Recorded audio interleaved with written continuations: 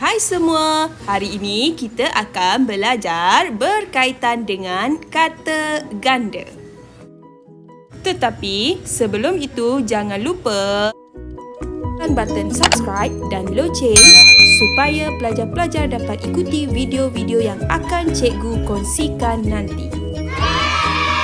Kata ganda yang akan kita pelajari pada hari ini ialah kata ganda penuh, kata ganda penuh berimbuhan dan kata ganda majmuk.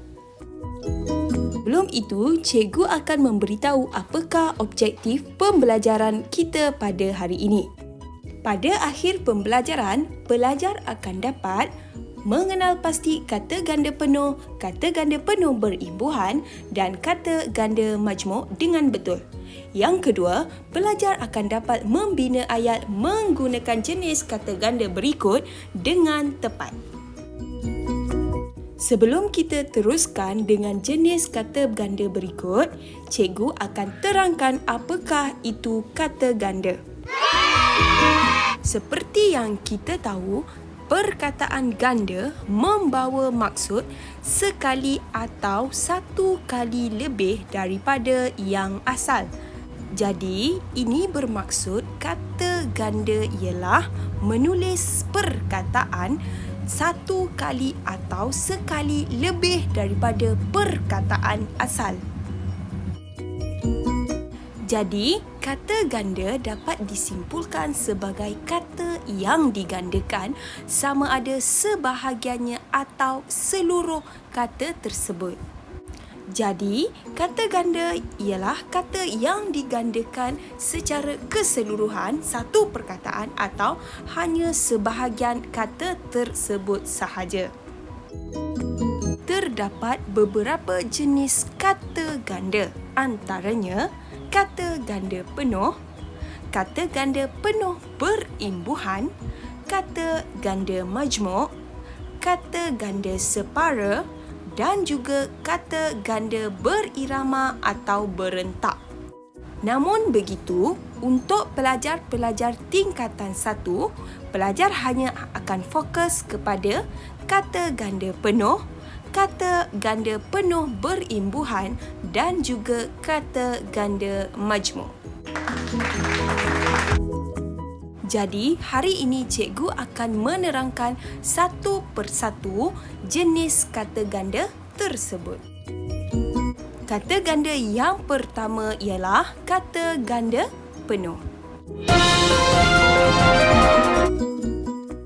Kata ganda penuh bermaksud menggandakan keseluruhan kata dasar sama ada yang mengandungi imbuhan atau tidak. Ini bermaksud kita akan menggandakan satu perkataan tersebut secara keseluruhannya. Sini cikgu akan tunjukkan contoh kata dasar yang diubah menjadi kata ganda penuh.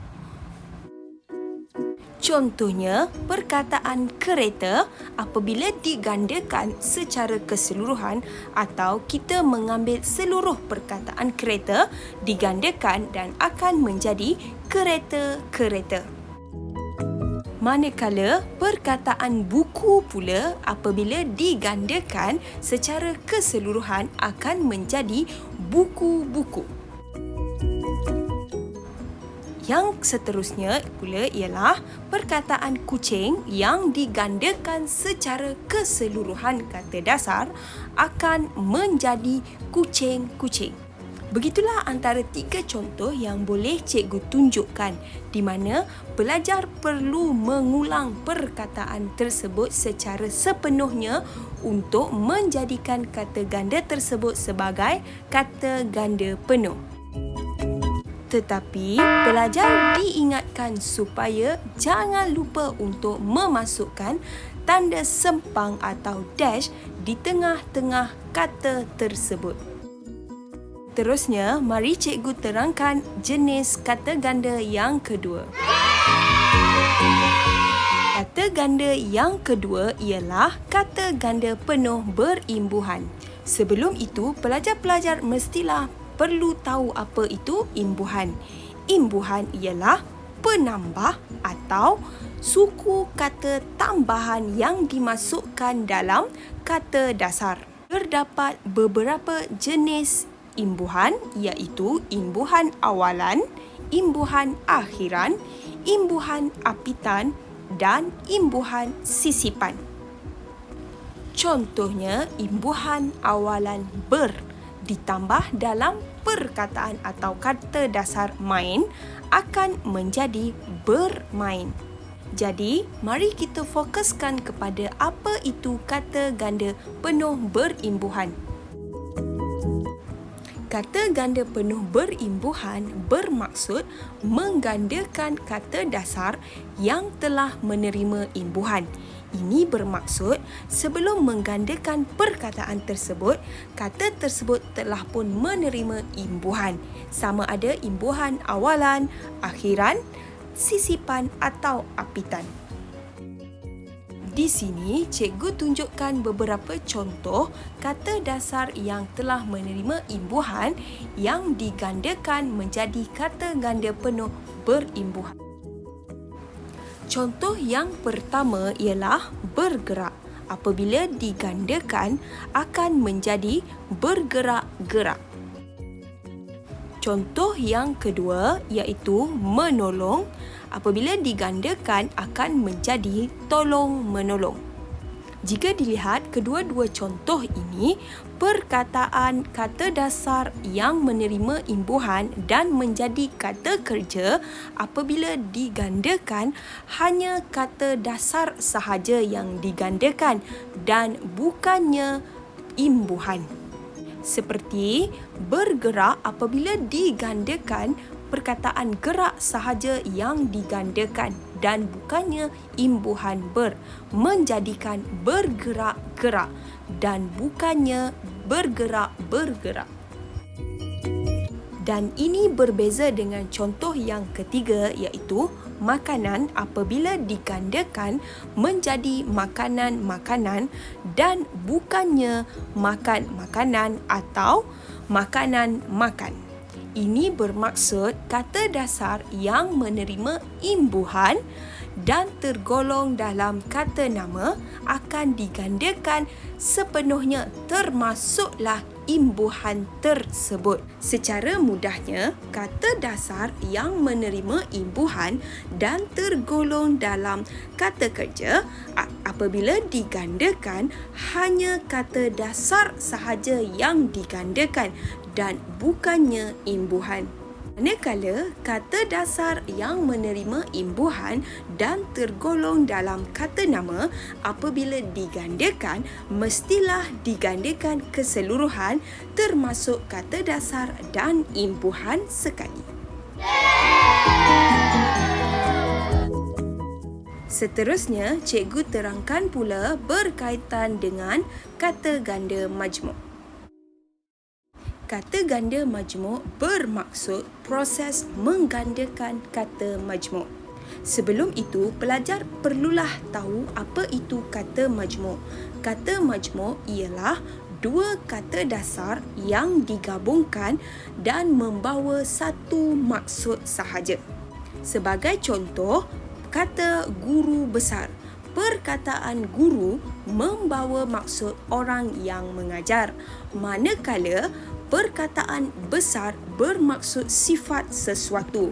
Tetapi apabila digabungkan menjadi kata majmuk guru besar, membawa maksud orang yang mengetuai sekolah. Apabila menggandakan kata majmuk, hanya unsur pertama sahaja yang digandakan. Di sini, cikgu tunjukkan beberapa contoh kata majmuk yang digandakan menjadi kata ganda majmuk. Contoh yang pertama, kata majmuk guru besar. Perkataan guru merupakan unsur yang pertama, manakala perkataan besar pula merupakan unsur yang kedua. Seperti yang cikgu nyatakan tadi, apabila menggandakan kata majmuk, hanya unsur pertama sahaja yang digandakan. Ini bermaksud apabila menggandakan kata majmuk guru besar, hanya unsur pertama iaitu guru sahaja digandakan. Dan ini akan menjadikan kata ganda majmuknya sebagai guru-guru besar. Contoh yang kedua ialah alat tulis apabila digandakan menjadi alat-alat tulis. Dan contoh yang terakhir ialah kata majmuk surat khabar apabila digandakan akan menjadi surat-surat khabar. Jadi, cikgu berharap agar semua pelajar dapat memahami apa yang telah kita pelajari pada hari ini. Pelajar mesti ingat bahawa hari ini kita telah mempelajari 3 jenis kata ganda, iaitu kata ganda penuh berimbuhan dan juga kata ganda majmuk. Sebelum cikgu akhiri video cikgu pada hari ini, di sini cikgu telah sediakan beberapa latihan uji minda untuk pelajar-pelajar. Pelajar hanya perlu menukarkan kata dasar tersebut menjadi kata ganda yang betul. Jawapan nanti cikgu akan kongsikan pada ruangan description di bawah. Akhir sekali, cikgu nak ucapkan terima kasih kerana sudi menonton video cikgu. Jumpa lagi nanti. Bye.